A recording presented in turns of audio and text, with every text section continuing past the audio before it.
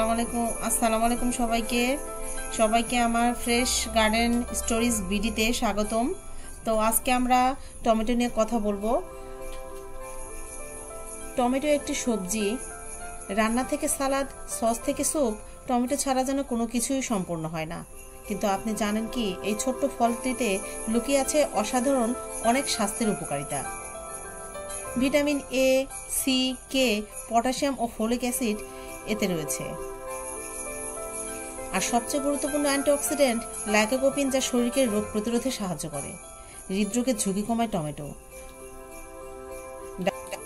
Diabetics নিয়ন্ত্রণে সাহায্য করে টমেটো। টমেটোতে থাকা ফাইবার রক্তে শর্করার মাত্রা স্থির রাখতে সাহায্য করে, ফলে ডায়াবেটিক্স রোগীরা এটি নিরাপদে খেতে পারে।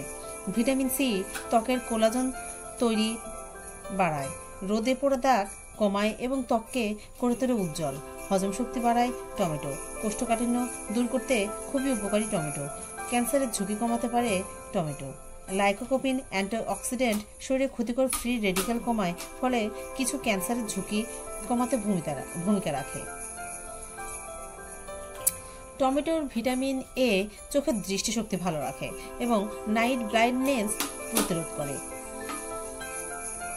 প্রতিদিনের খাবারের তালিকায় একটু একটু টমেটো যোগ করলে আপনার শরীর থাকবে আরো সুস্থ, ত্বক হবে আরো সুন্দর, আর রোগ প্রতিরোধের ক্ষমতাও থাকবে শক্তিশালী। 95% হলো পানি, ফলে এটি শরীরকে হাইড্রেট রাখে। ফাইবার থাকায় হজমও ভালো হয়। মোট কথা, টমেটো ছোট হলেও এর ভেতরের পুষ্টিগুণের ভান্ডার লুকিয়ে আছে।